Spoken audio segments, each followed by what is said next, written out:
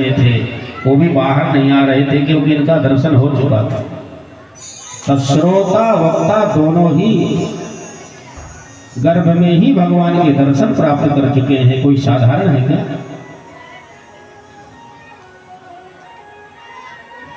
और भगवान की कृपा का कवच धारण करके प्रकट हुए हैं। अब बताओ भला संसार में इनको हटाने वाला कौन है? कौन पैदा हो सकता है? हरि कथा अमृत के परम रसिक हैं, इसलिए सुग्रीव जी ने डांट करके देवताओं को भगा दिया और लौट करके आए, ब्रह्मा जी से शिकायत करी कि देखिए महाराज, हम देवता होकर के श्री हरि कथा से वंचित हैं और मानवों को मृत्यु लोक में इसका अधिकार है। हम जानना चाहते हैं कि इस कथा अमृत में ऐसी क्या विशेषता है। सारे देवता ब्रह्मा जी से पूछ रहे हैं। ब्रह्मा जी ने कहा कि अच्छा ये देखो कि परीक्षित का परिणाम क्या होता है। वो 7 दिन तक कथा अमृत श्रवण का पान करने वाले परीक्षित को जब मोक्ष प्राप्त करते हुए देवता धाता अभी विस्मिता, ब्रह्मा बाबा भी आश्चर्यचकित हो गए। राज्य मोक्षम दया वीक्ष पुरा धात्रा विस्मिता सत्यलोके तुलां बद्ध्वा तौरयेत् साधनाञ्जयः। महाराज परीक्षित का मोक्ष जब विधाता ने देखा तो आश्चर्यचकित रह गए। महाराज तराजू पर तौल करके भी देखा इस भागवत की क्या विशेषता है। आज महात्मा का प्रसंग है, बड़े ध्यान से आप लोग महात्मा का श्रवण करें। कथा स्थल में बातचीत नहीं करना चाहिए, जब तक बैठे ध्यान मग्न होकर के कथा श्रवण का पाठ करना चाहिए। श्रीमद् भागवत महापुराण एक पलड़े में रखा गया और दूसरे पलड़े पर अनेक धर्म शास्त्रों को रखा गया। रखते चले गए और जब उठा करके देखा, जाता निगौरिणम इदम मदम तथा ऋषिष्णाम सर्वेशो, यह महान आश्चर्य से चकित रह गए। सारे महात्मा और सब देवता श्रीमद् भागवत के सामने अन्य सभी धर्म शास्त्रों का पलड़ा एकदम ऊपर लटका हुआ है। महात्माओं ने घोषणा कर दी कि नये मैनिरे भगवद रूपम शास्त्रम भागवतम कलो। कलिकाल में साक्षात भगवान श्री कृष्ण ही कलयुग के कलुषित प्राणियों का कल्याण करने के लिए श्रीमद् भागवत जी में समाहित है। ये शब्द संहिता में आकर के साक्षात भगवान कृष्ण विराजमान हो गए हैं। इसलिए भागवत के प्रत्येक शब्द शब्द तथा अक्षर अक्षर में इनकी श्याम की विशेषता समाई हुई है। यह भगवान का वाङ्मय विग्रह है। साक्षात किसी ने कहा, महाराज ये 7 दिन में श्रवण करने की परंपरा कब से प्रारंभ हुई? सूत जी कहते हैं कि सबसे पहले सनत सनंदन सनत कुमार इन चारों ऋषियों ने देवर्षि नारद को सुना करके ये सप्ताह की कथा परंपरा प्रारंभ करी है। सौनक जी ने पूछा, महाराज नारद जी तो 2 घड़ी से ज्यादा कहीं टिकते ही नहीं। इन अस्थिर नारद जी ने 7 दिन बैठकर भागवत कैसे श्रवण किया? एक समय की बात है कि विशालपुरी में बद्री नारायण धाम चारों ऋषिगण विचरण कर रहे थे, क्योंकि सत्संगादर्थ सत्संग की इच्छा से ध्यान भजन पूजन ये तो सब एकांत में हो सकता है, परंतु सत्संग का एकांत में थोड़ी आनंद आ सकता है। तो चारों भैया भ्रमण कर रहे थे कि अचानक नारद जी को देखा, प्रसन्न हो गए। संत का कोई जब ऐसा संत मिलता है जो भागवत रसिक हो तो बड़े प्रसन्न हो जाते हैं कि चलो अब कुछ भगवत चर्चा अवश्य होगी। और सनकादियों का तो जीवन ही भगवान की कथा है।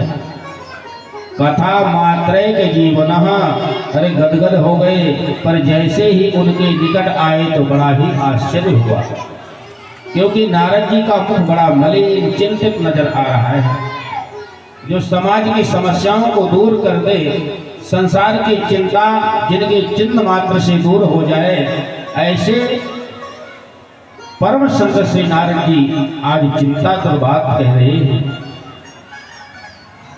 कथम ब्रह्मन् दीन मुखा कुतस्ता चिंतुरी भवान। अरे ब्राह्मण, कथम दीन मुखा, नारद जी महाराज आज आपका मुख इस प्रकार लटका हुआ है, क्योंकि रसिक बात की चिंता सता रही है। ये भागे भागे कहाँ से आ रहे हो, किस बात की चिंता है? आपका मुख कमल तो ऐसा प्रतीत हो रहा है जो किसी कर्कशा का धन चला जाए। और कहते हैं कि आपका क्या चला गया, क्योंकि जो धन चुरा लिया जाए, महापुरुष ऐसे धन को अपना समझते ही नहीं। और संतों का जो अपना धन है उसे संसार में कोई चुराने वाला नहीं है। और हमारो धन राधा श्री राधा श्री राधा, हमारो धन राधा श्री राधा श्री राधा, श्री राधा श्री राधा श्री राधा, राधा श्री राधा श्री राधा।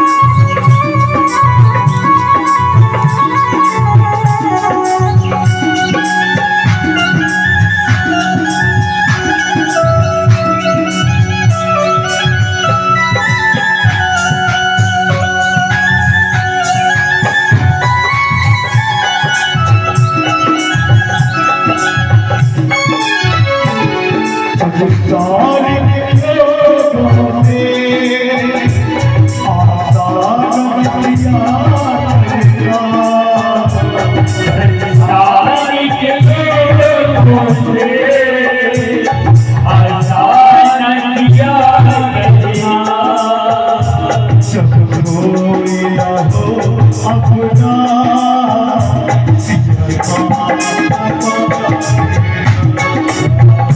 जब कोई ना हो अपना सिया राम रचा करिया सभी लोग गाए हम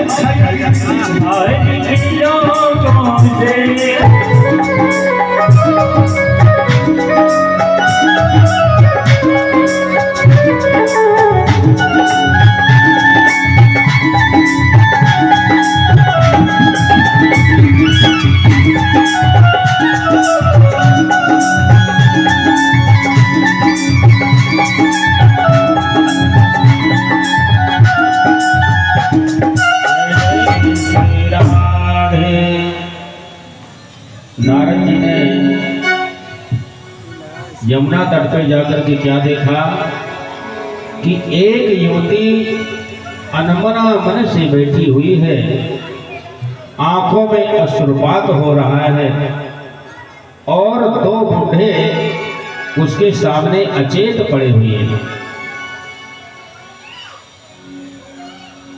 तमाम देवियां उनको घेर करके बैठी हुई हैं। कोई पानी पिला रही है, कोई पंखा हिला रही है, कोई सांत्वना दे रही है। मैंने सोचा कि बेचारी क्यों रो रही है, कौन है। इसके पास जाकर के इससे कारण पूछा, क्यों मैं ही इसका कुछ कष्ट दूर कर सकूं। और संतों का हृदय तो नवनीत के समान है, संत हृदय नवनीत समान। नारद जी परम संत है। संतों का हृदय बड़ा कोमल होता है। सो महाराज उसको दुखी देख करके मेरा हृदय भी बड़ा द्रवित हुआ और मैं उसके पास जाने लगा, जाने का प्रयास किया। मैंने सोचा स्त्रियों का ही समुदाय वहां बैठा हुआ है, दूर दूर तक कोई पुरुष नजर नहीं आ रहा है। अब मैं स्त्रियों के बीच में, देवियों के बीच में जाकर के कहूं कि देवी जी क्यों रो रही हो, क्या बात है, और बदले में अगर कोई उल्टा सीधा जवाब दे दे तो क्या होगा। नारद जी ने मन में नाना प्रकार के विचार कर रहे हैं। अरे हम देवियों के समुदाय में तू कहाँ घुसता चला रहा है। और माताएं जब आपस में बात करती हैं बड़ा कोमल हृदय होता है। एक मिनट में आंसू बहाने लग जाएं और अगले पल मुस्कुराने लग जाती हैं। तो हम बाबा बैरागी को बिना बुलाए, बिना मतलब के नहीं जाना चाहिए। इसलिए मैं पास तक तो गया किंतु लौट पड़ा। पर रोती हुई उस देवी ने जब मुझे देखा तो आवाज लगाई। ये देवी कौन है? ये साक्षात भक्ति महारानी। बोलो भक्ति महारानी की जय हो। भो भो साधो क्षणं तिष्ठ मन चिंतामपि नाशय। अरे महाराज जी कहाँ भाग रहे हैं, एक मिनट रुकिए तो सही। अरे आप जैसे संतों के तो दर्शन मात्र से ही जन्म जन्म के पाप ताप संताप मूल नष्ट हो जाया करते हैं। मेरे तो न जाने कितने जन्म के भाग्य उदय हुए जो आपके दर्शन प्राप्त हुए और आप जा रहे हैं। नारद जी कहते हैं कि जब उस देवी ने इस प्रकार से हमें बुलाया तो उसके पास हम गए। काशित्वं का विमोचेम नार्यका पद्मलोचना। हे देवी तुम कौन हो? ये दोनों तुम्हारे क्या लगते हैं? ये कमल नयनी देवियां कौन हैं? सविस्तार अपने दुख का कारण हमें बताओ। अहम भक्तिरिति ख्याता इमो में तनयो मताओ ज्ञान वैराग्य नामानो कालयोगे नजर जरो। महाराज मेरा नाम भक्ति और दोनों बुढ़े जो मेरे समक्ष खड़े हैं ना, ये दोनों मेरे ही बच्चे हैं। एक का नाम ज्ञान है और एक का नाम वैराग्य है। वैराग्य इनका नाम है। समय की विडंबना देखिए तो कि माँ तो नवयुवती बनी हुई है, लेकिन बालक दोनों ही बूढ़े हो गए हैं। जर्जर स्थिति इनकी हो रही है। मेरे दुख का मूल कारण यह है महाराज कि दक्षिण भारत में मैं पैदा हुई, कर्नाटक में बड़ी और महाराष्ट्र आदि प्रदेशों में मेरा कहीं कहीं थोड़ा थोड़ा सम्मान हुआ, और प्रदेश और कुछ प्रदेश ऐसे भी थे जहां पाखंडियों के पाखंड से खंडित होकर मुझे पीड़ित होकर के वहां से भागना पड़ा। इस प्रकार से अनेक देश प्रदेशों में मैं घूमती घूमती जैसे ही मैं श्रीधाम वृंदावन में प्रविष्ट हुई, वृंदावनम पुनः प्राप्त्या नवीनेन स्वरूपिणी। मैं इस ब्रजभूमि में आते ही मैं तो युवा हो गई। क्यों? ब्रजधाम में भक्ति महारानी का वास। वहां तो जहां भी देखो भगवान की भक्ति, राधे राधे राधे राधे, जहां भी जाओ राधे राधे ही हो रहा है। तो भक्ति महारानी तो युवा हो गई, पर न जाने क्या हुआ, मेरे दोनों पुत्र एकदम वृद्ध हो गए। तो ज्ञान और वैराग्य किसी में है ही नहीं। न किसी को ज्ञान है, न ज्ञान कोई प्राप्त करना चाहता है, और न कोई वैरागी बनना चाहता है। और मेरे बालकों की यही स्थिति रही। अगर ऐसी ही स्थिति रही तो इदं स्थानं परित्यज्य विदेशं गम्यते मया। यदि ऐसी स्थिति रही तो मैं विदेश गमन करूंगी, विदेश यात्रा करूंगी। मैं भी इस स्थान को छोड़ करके विदेश में भाग जाऊंगी। तब नारद जी ने सारी स्थिति को एक क्षण में समझ गए। ओहो, अब स्थिति क्या है? भक्ति ज्ञान वैराग्य तीनों एक दूसरे के पूरक हैं। कहते हैं कि सबसे पहले हमें भक्ति करना चाहिए, पूजन पाठ का विधि विधान। क्योंकि यदि आपको भक्ति आ गई तो भक्ति करने से ही ज्ञान प्राप्त होता है। और जब आपको पूर्ण ज्ञान हो जाए, ज्ञानी कौन है? असली ज्ञानी वही है जो इस माया से विरक्त होकर रहता हो। जैसे क्षुधातुर व्यक्ति भोजन करने बैठता है, भूखा व्यक्ति, तो ग्रास पर उसे तुष्टि पुष्टि और क्षुधा निवृत्ति का प्राप्ति होता है। भूख भी मिटेगी, पेट भी भरेगा और इंद्रियों में बल शक्ति भी आएगी। प्रत्येक ग्रास पर उसे ये भी चीजें एवं एक साथ प्राप्त होती है। तीन चीजें अलग अलग नहीं। उसी प्रकार ज्यों भगवान चरणारविंद में हमारा प्रेम बढ़ता जाता है, भक्ति पुष्ट होती जाती है और भगवान के स्वरूप का बोध होता है। और जैसे भगवान के स्वरूप में प्रेम होता गया, स्वरूप का ज्ञान होता गया, संसार की आसक्ति तो सदा धीरे धीरे समाप्त हो जाती है। ज्ञान वैराग्य के बिना भक्ति पूर्ण अपूर्ण है, और भक्ति के बिना दोनों उक्त संतान के बिना माँ का मातृत्व पूर्ण नहीं है। नारद जी ने तुरंत माँ भक्ति को वचन दिया कि माँ, आपको वृंदावन छोड़कर नहीं जाना है, क्योंकि आज हर क्षेत्र में, हर समाज में लोगों का आकर्षण विदेश की ओर हो रहा है। हर व्यक्ति विदेश जाना चाहता है। संतों को भी जब तक 2-4 देशों का परिभ्रमण ना मिले तब तक संतत्व को प्राप्त नहीं होता है।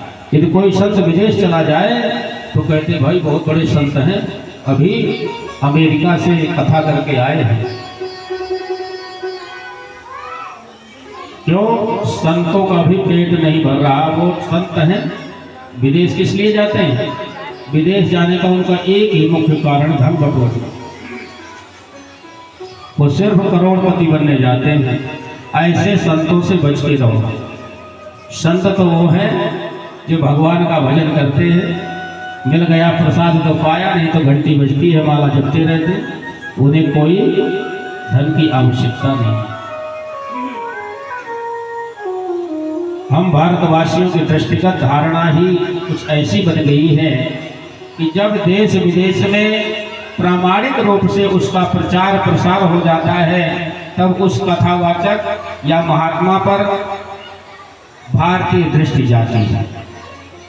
भक्ति मैया जी ने भी जब अपने मुख से यहाँ यह बात कही, इदं स्थानं परित्यज्य, नारद जी ने कहा, नहीं माता, आप ऐसा मत कीजिए। देखिए, सतयुग द्वापर त्रेता में तो बड़े बड़े आनंद से आप रही।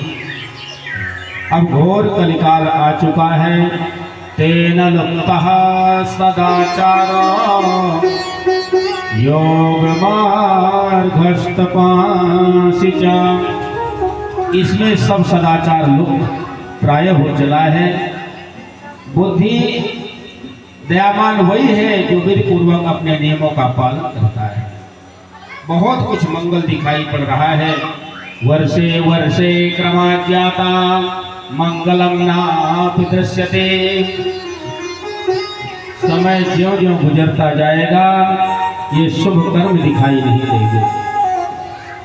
इस पर घोर कालमय युग में भी आप वृंदावन की पावन भूमि में इस प्रकार नवयुवती बन करके नाच रही हैं। तो मैं कहता हूँ, धन्य है ये ब्रजधाम, जहाँ इस कलयुग में भी आपका इतना सम्मान है। वृंदावन से संयोगा पुनस्तुम तरुवीनवा, धन्यम वृंदावनम तेना भक्तनत्यति कंचना। ब्रजभूमि ब्रज वसुंधरा धन्य है। इस कलिकाल में भी भक्ति का इस प्रकार से आदर धन्य है। भक्ति मैया ने पूछा, बाबा एक बात तो बताओ कि कलयुग यदि इतना कष्टदायक है तो परीक्षित ने इसको दंड क्यों नहीं दिया? और परीक्षित ने कदाचित दंड भी दिया हो, परंतु भगवान इसकी उदंडता को सह क्यों रहे हैं? भगवान को तो दंड देना चाहिए। तब नारद जी ने कहा, मां, अब आप पूछ रही हैं तो मैं ध्यान से सुनिए, आपको बता रहा हूं।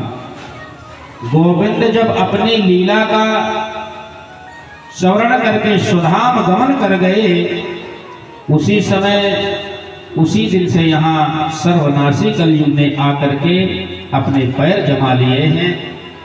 और महाराज परीक्षित इसे मारने के लिए जब उद्यत हुए तो दीनवत् शरणं गताः।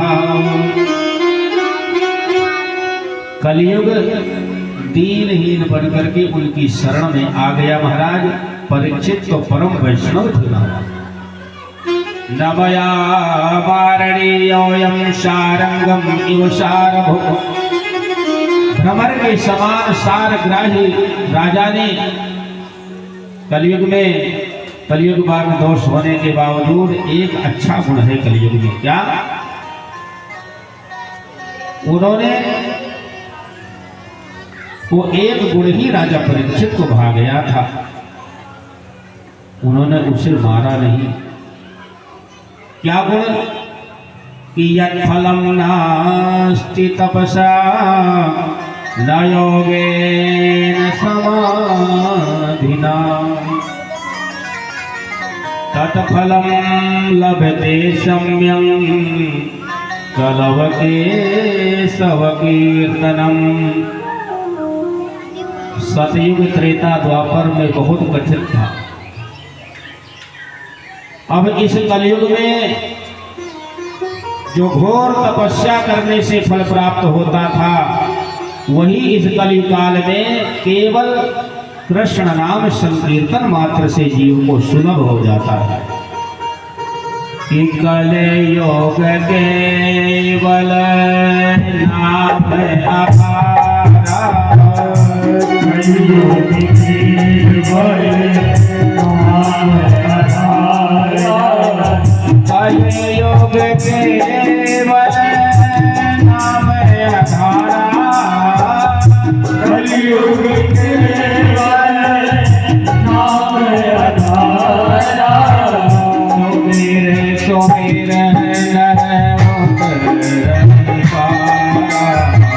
सुमिर सुमिर नर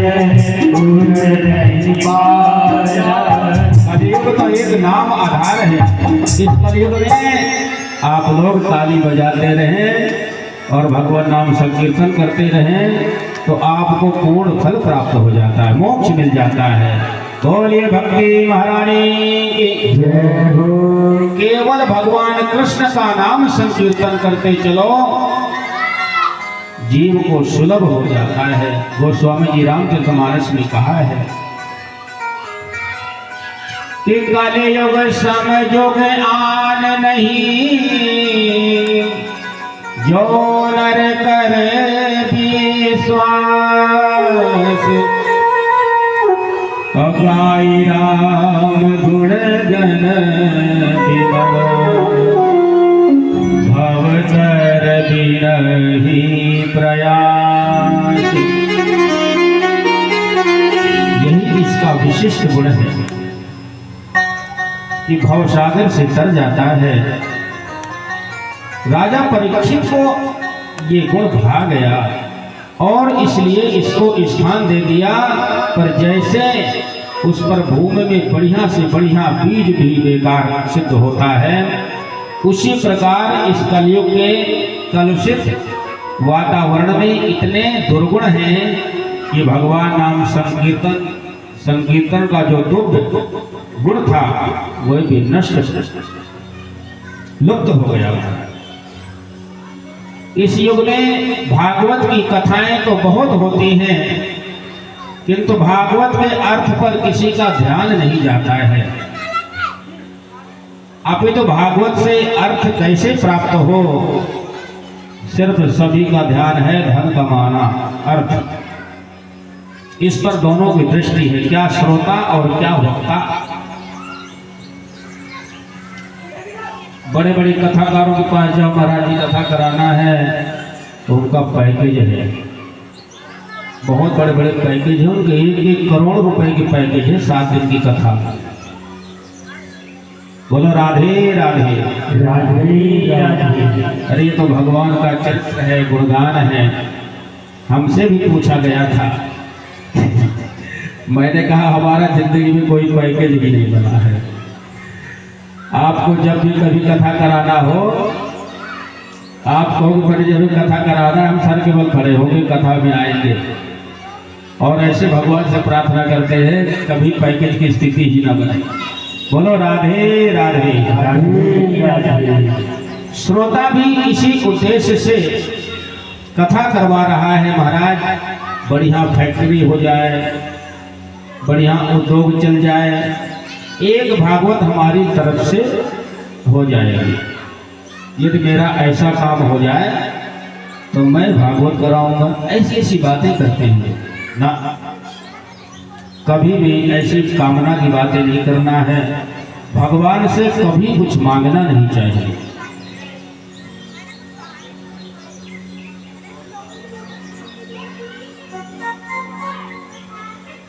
कभी भगवान से मांगना नहीं चाहिए, भगवान का स्मरण करना चाहिए। अरे उनको जब हमने अपने आप को समर्पित कर दिया है तो उनको तो सारी चिंता है, सब कुछ उनको चिंता है। हमारे कर्म के अनुसार हमें फल मिलता है। क्यों? लोग कहते हैं हम इतनी पूजा पाठ करते हैं और वो पड़ोसी हमारा ऐसे गलत काम करता है फिर भी वो बढ़ता चला जा रहा है। अरे भैया ऐसे नहीं है। भगवान कहते हैं कि पाप करने वाले की मैं बुद्धि को भ्रष्ट कर देता हूँ और इतना धन दे देता हूँ तो धन में ही पागल बना रहता है। और भक्त की मैं चमड़ी उधेड़ लेता हूँ, तब कृपा करता हूँ। बहुत से लोग पूजा छोड़ देते हैं। मैंने वहाँ मंदिर में जाना शुरू किया जब से, तो मेरे घर में ऐसा हो गया, और जब से मैं कुछ दूसरे काम करने लग गया तो बहुत बढ़िया अच्छा इनकम हो रहा है। ऐसी सोच धारणा है, कुछ नहीं करना चाहिए। भगवान का भजन करो। 4 दिन की जिंदगी है, इतने से पैदा हुए थे, इतने बड़े हो गए, कुछ दिन में बूढ़े होकर के और चले जाएंगे। हर व्यक्ति का यही है, परिवर्तन प्रकृति का नियम है। भागवत के अर्थ पर यदि दृष्टि चली जाए तो तात्पर्य को समझ लिया जाए, फिर तो अपने आप ही धनाशक्ति छूट जाएगी महाराज। भागवत को कल्प वृक्ष है, जो मांगो सो मिलेगा। कल्प वृक्ष है श्रीमद् भागवत महापुराण, भगवान कृष्ण साक्षात समाहित है। और जो व्यापार चलाना चाहते हैं उनका बढ़िया चकाचक व्यापार चलेगा, और जो विद्वान भागवत के द्वारा वास्तव में अपना अर्थ सिद्ध करना चाहते हैं तो वो भी चकाचक चलेगा। इसमें सबका चकाचक चलता है, ऐसा कोई नहीं कह सकता है। बताइए, जितने भी कथावाचक हैं, भागवत कथा करते हैं, बताओ कोई कमजोर हो तो बताना। सबके पास भक्ति महारानी की कृपा है और लक्ष्मी महारानी की कृपा है। जो कथा भागवत श्रवण करते हैं और कराते हैं, उनके पास कभी धन की कमी हो ही नहीं सकती है। बोलो राधे राधे। ये ठाकुर जी की बड़ी कृपा है। आप कथा करवाने को भगवान के कार्यक्रम के लिए 2 कदम आगे बढ़े, 10 लोग आपके साथ खड़े मिलेंगे। ये भी भगवान की कृपा है। कल्प वृक्ष की छाया में बैठकर निर्धन हो सब उत्तम, परंतु यदि भागवत के सद्गुण के तात्पर्य में जो समझ ले वो तो परमहंस हो जाता है महाराज। सुखदेव जैसे निष्काम परमहंसों का ये परम धन है।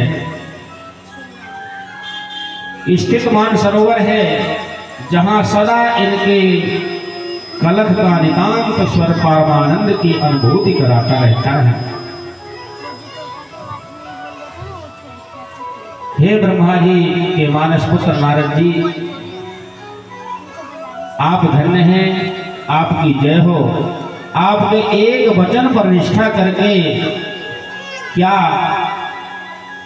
कयाधु नंदन प्रहलाद क्या से क्या हो गए, माया पर विजय प्राप्त कर ली और भक्ति के परम आचार्य बन गए महाराज।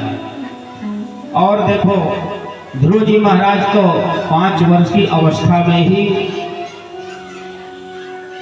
आपके अनुग्रह को प्राप्त किया, ध्रुव पद के अधिकारी हुए और आज ध्रुवलोक में चमक रहे हैं ध्रुव जी महाराज। बाबा मेरे बालकों पर कृपा दृष्टि कर डालें। भक्ति महारानी कहती है कि जो ज्ञान वैराग्य है इन पर भी कुछ कृपा करें। तब नारद जी बोले कि माता जी आप इतनी दुखी क्यों हो रही हैं? अरे जिन प्रभु ने कौरवों की कुत्सित सभा के मध्य में द्रौपदी की रक्षा करी, वो वंशी वाले आज भी हमारे मध्य में हैं, आज भी विराजमान है। सकृष्ण क्वापि नो गताः। अरे वो कृष्ण कहीं चले गए, कहीं चले नहीं गए, वो आज भी यहाँ भागवत जी में विद्यमान है। आप भी भक्तों के साथ उनके अंतःकरण में विराजमान हैं और सदा रहेंगे, अतः आपकी किसी प्रकार खेद करने की जरूरत नहीं है। तो क्या करो देवर्षि, श्री कृष्ण चरणाम्भोज स्मरन्तो गमिष्यति। श्री कृष्ण के चरण कमलों का नित्य निरंतर स्मरण करो, दुख स्वतः मिट जाएगा। हरिस्मृति तत्र दुखो न कल्पितः। जहाँ ईश्वर की संस्कृति है वहाँ दुख को प्रवेश करने की इजाजत नहीं है। देवर्षि नारद ने समझाया, मां आप केवल गोविंद के चरणामृत का स्मरण करो, दूर दूर तक उसकी परछाई तक नजर नहीं आएगी, फिर आप तो उसकी प्राण वल्लभा हो। तुम्हारे बुलाने पर तो वह नीच के ग्रह पर भी पहुंच जाते हैं।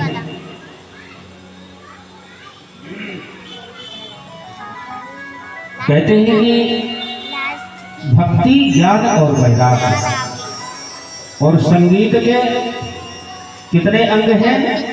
3 अंग। सबसे पहला है वादन, ये जो वादन हमारे, दूसरा है गायन और तीसरा है नृत्य। गायन, वादन और नृत्य 3 संगीत के अंग हैं। आइए हम भी भक्ति महारानी के साथ में वृंदावन चलते हैं। निकुंज में विराजे, निकुंज में विराजे, घनश्याम राधे राधे। निकुंज में विराजे, घनश्याम राधे राधे। निकुंज में विराजे, घनश्याम राधे राधे। निकुंज में विराजे, घनश्याम राधे राधे।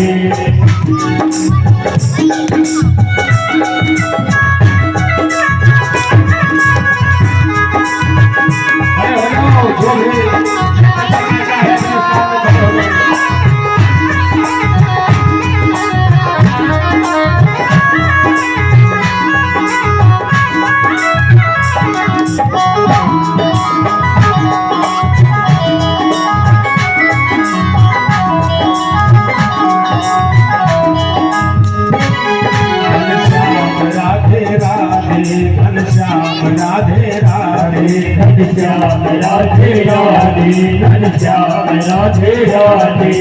कुंज में विराजे, घनश्याम राधे राधे। कुंज में विराजे, घनश्याम राधे राधे। कुंज में विराजे, घनश्याम राधे राधे। कुंज में विराजे, विराजे, घनश्याम राधे राधे। कुंज में विराजे, घनश्याम राधे राधे। कुंज में विराजे, घनश्याम राधे राधे। घनश्याम